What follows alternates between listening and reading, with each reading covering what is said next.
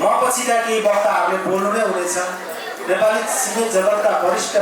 चलचित्र कर्मीहरूले आज प्रमुख अतिथिदेखि विशेष अतिथिसम्म हामीले पाएका छौँ। हाम्रो पूर्व अध्यक्षज्यूहरू, हाम्रो नेपाल आदिवासी जनजाति महासङ्घ नेतृत्व गरिरहनुभएका विभिन्न जातीय संस्थामा देखि लिएर अहिले नेपालको वर्तमान सरकारमा समेत धेरै चलचित्र कर्मीहरूको सहभागिता छ। नेपाल नै एक किसिमले चलचित्रमय भएको छ भन्ने मलाई लाग्छ। अब मैले यो सन्दर्भमा आउँदाखेरि चलचित्र महोत्सव 6औं नेपाल आदिवासी जनजाति चलचित्र महोत्सव 2083 को सन्दर्भमा केही कुराहरू त गर्नै पर्ने हुन्छ। तथापि यो सुन्दाखेरि अलिकति चाहिँ कस्तो लाग्ने, तर पनि यो छोटो समयमा म यो जुन आज म नेपाल आदिवासी जनजाति चलचित्र महासङ्घले मेरो योग्यता, क्षमता र मेरो काम गर्ने तौर तरिकाले सायद उहाँले मन पराउनु भएर, सायद माया गर्नु भएर, सायद यो व्यक्तिले केही गर्न सक्छ भनेर यो नेपालको सबैभन्दा ठुलो सबै जातिहरूको चलचित्र महोत्सव निर्देशक जस्तो अत्यन्तै गरिमामय महत्त्वपूर्ण जिम्मेवारी प्रदान गर्नुभएकोमा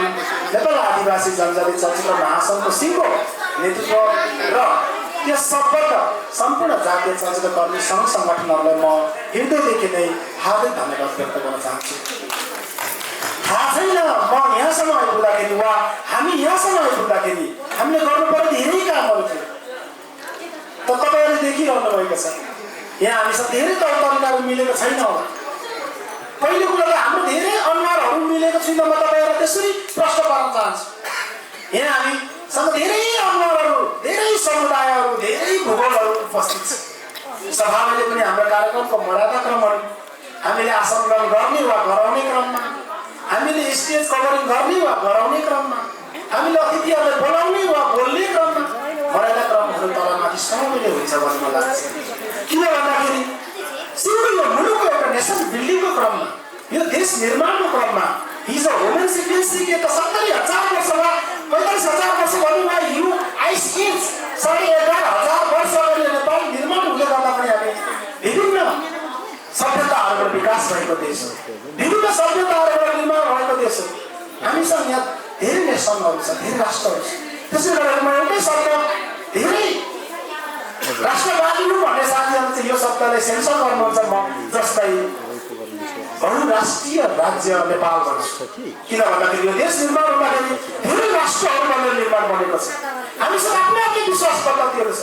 कसैले हामी खोलालाई आफ्नो आस्थापूर्ण मान्छौँ, कसैले हामी ढुङ्गालाई आफ्नो आस्थापूर्ण मान्छौँ, कसैले हामीले रुखलाई आस्थापूर्ण मान्छौँ, कसैले घामलाई, जुनलाई, तारालाई, पृथ्वीलाई, आकाशलाई, धरतीलाई वा अदृश्य वस्तुहरूलाई आस्थापूर्ण मान्छौँ। हामीसँग फरक फरक आस्थाहरू छन्। हामीसँग त्यो विश्वास पद्धतिले बनेको एउटा समाज, हाम्रो विश्वास पद्धतिले डोरिरहेको एउटा संस्कृति छ, एउटा समुदाय छ। त्यसले गर्दा हाम्रो आफ्नै विश्वास पद्धतिहरू संयोजन गरेका साथ हामीले प्रस्तुत गर्न खोज्दाखेरि कहीँ न कहीँ नमिलेको देखिन सक्छ, जसको निमित्त म फेस्टिभल डाइरेक्टरको नाताले यहाँहरूसँग कमी कमजोरीहरूको जिम्मा लिन चाहन्छु। आगामी दिनमा हामीसँग भएका गल्ती कमजोरीहरू सुधार्दै यो चलचित्र महोत्सव नेपालको बहुसङ्ख्यक आदिवासी जनजाति चलचित्र कर्मीहरूको महोत्सव यो अझै भव्य हुनुपर्छ, अझै सुन्दर हुनुपर्थ्यो होला, अझै भयानक हुनुपर्थ्यो होला, अझै यो त विश्वव्यापी हुनुपर्थ्यो होला। हामी त्यसतर्फ अगाडि बढ्ने प्रयत्न गर्दैछौँ, त्यसको म प्रतिबद्ध जान्न। आज हामी यो मिलाउँदाखेरि चलचित्र कर्मीको रूपमा मिलाउँदाखेरि हामीले नेपाली आदिवासी चलचित्र कर्मीहरूले हेर्ने दृष्टिकोण, चाहे त नेपाली समाज होस्, चाहे त नेपाली विद्युत बनिएका वर्ग होस्, चाहे नेपालको उपल्लो समुदाय भनौँ या राज्य निकाले, ती चलचित्र कर्मीहरूलाई एउटा चलचित्र कर्मीको रूपमा मात्रै हेरेको हुनाले हाम्रो यहाँको भाषा, कला, संस्कृति, हाम्रो एपिस्टेमिक राइट्सका कुराहरूमाथि हुन सकेको यहाँ सबै थाहा छ।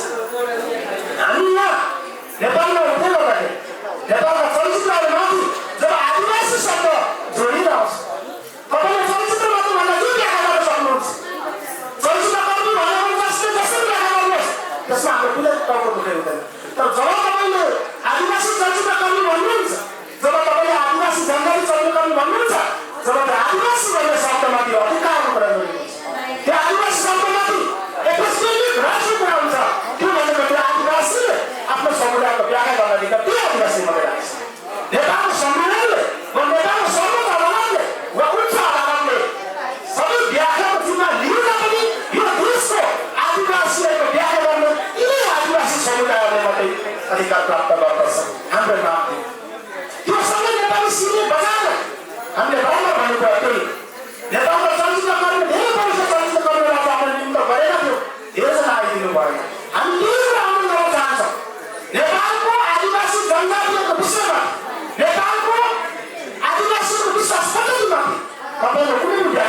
अधिकार छ तपाईहरु त्यसको एब्सोल्युट राइट्स किन जातिसँग मात्रै हुन्छ जो जातिसँग त्यो आफ्नो सभ्यता छ नेपालमा पछिल्लो समय परेको समस्यामा के लाग्छ केही दिन अगाडि नेपाली चलचित्रहरुमा के चर्चाहरू आयो के समस्याहरू बराबर आइरहेका छन् अदालत सर्वोच्च अदालतसम्म पुग्ने सारा गर्नु के तपाईले अध्यक्षहरू हुनुहुन्छ यहाँ चलचित्र विकासको सभा आएकै हुनुपर्छ हामीले बराबर भनेका छौँ हाम्रो समुदायको विषय हाम्रो समुदायको मुद्दा तपाईहरुले क्यारिकेचर गरिरहनु भएको छ जब एउटा समुदायको विषयमा गम्भीर रूपले अध्ययन हुँदैन तब त्यो चलचित्र कर्मीले त्यो समुदायमाथि क्यारिकेचर गर्छ यतिको नाममा क्यारिकेचर गर्छ भने त्यो समुदायले कदापि स्वीकार्दैन अहिले त नेपालको आदिवासी चलचित्र कर्मी र नेपाली सिनेमाको समस्या किन यो कुरामा चलचित्र विकास बोर्डले अत्यन्तै गम्भीरतापूर्वक ध्यान दिएर सम्झिनु पर्दछ सोच्नु पर्दछ कार्यक्रमहरू नीति तथा नियमहरू आइनहरू बनाउनु पर्दछ भन्ने हामी माग गर्दछौँ हामीले के भनेका छैनौँ नेपालमा आदिवासी जनताको समुदायहरूले नेपालमा आदिवासी जनता कर्मीहरूले कम्तीमा आदिवासी समुदायको कथामाथि तपाईँ चलचित्र बनाउनुहुन्छ भने त्यो आदिवासी समुदायसँग तपाईँले त्यसको पेटेन्ट राख्नुपर्छ त्यसको निश्चित रहेको आदिवासी समुदाय दिनुपर्छ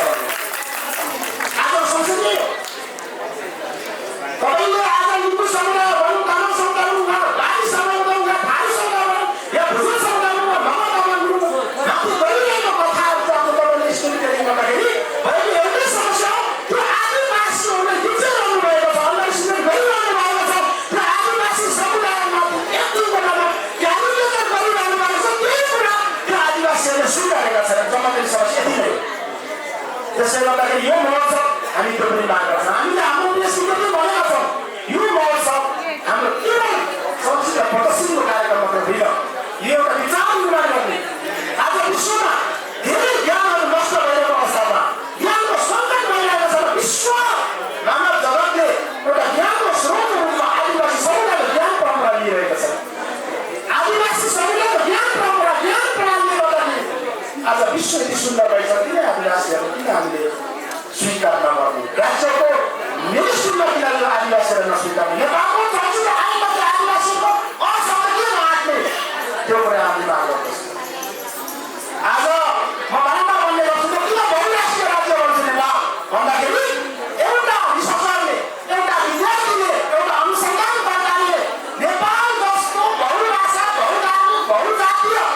आफ्नो रिफ्रेन्स गर्नको निम्ति कम्तीमा 100 देश जुन्नु पर्दछ तपाईँलाई थाहा छ धेरै देशमा एउटै मात्र भाषा भएको देश छ धेरै देशमा एउटै जाति भएको देश छ नेपाल त्यस्तो एउटा सम्पूर्ण देश हो जहाँ धेरै जाति छ धेरै भाषा छ धेरै संस्कृति छ जो नेपालको भाषा लिपि धर्म संस्कार सबै पहिचान र कलाहरूलाई हाम्रो यो परम्परागत मूल्य मान्यताहरूलाई परम्परागत ज्ञानहरूलाई विश्व बजारमा बेचेर आज नेपालले आफ्नो आय आर्जन गरेर देशलाई अर्थतन्त्र रूपमा माथिल्लो निकायमा पुर्याउनु पर्ने त्यो कुरा यहाँ चलचित्र विकासको रसिलो पक्कै यो जवाब दिनुहुन्छ एकछिनमा मलाई त्यो लाग्छ र अन्त्यमा यो महोत्सव सम्पन्न गर्नको निमित्त चलचित्र विकास बोर्डले हामीले एकदमै धेरै सहयोग गर्दै आउनु भएको छ आदिवासी जनजाति उत्थान राष्ट्रिय प्रतिष्ठान रोसी गाउँपालिका खानीखोला गाउँपालिका नेपाल आदिवासी जनजाति महासङ्घ लगायत विभिन्न जातीय संस्थाहरू हुन्छ यहाँ नाम लिँदा धेरै लामो हुन्छ धेरैजनाको सहयोगले सबैको सहयोगले यो कार्यक्रम यहाँसम्म सम्पन्न भएको छ विशेष गरेर सञ्चार जगतमा सबैभन्दा धेरै सहयोग गरेको छ हामी बराबर हामी भन्दै आउँछौँ नेपालको मिनिस्ट्री बनिएका राष्ट्रिय मिडियाहरूलाई हाम्रो कुरा अराष्ट्रिय जस्तो लाग्छ हाम्रो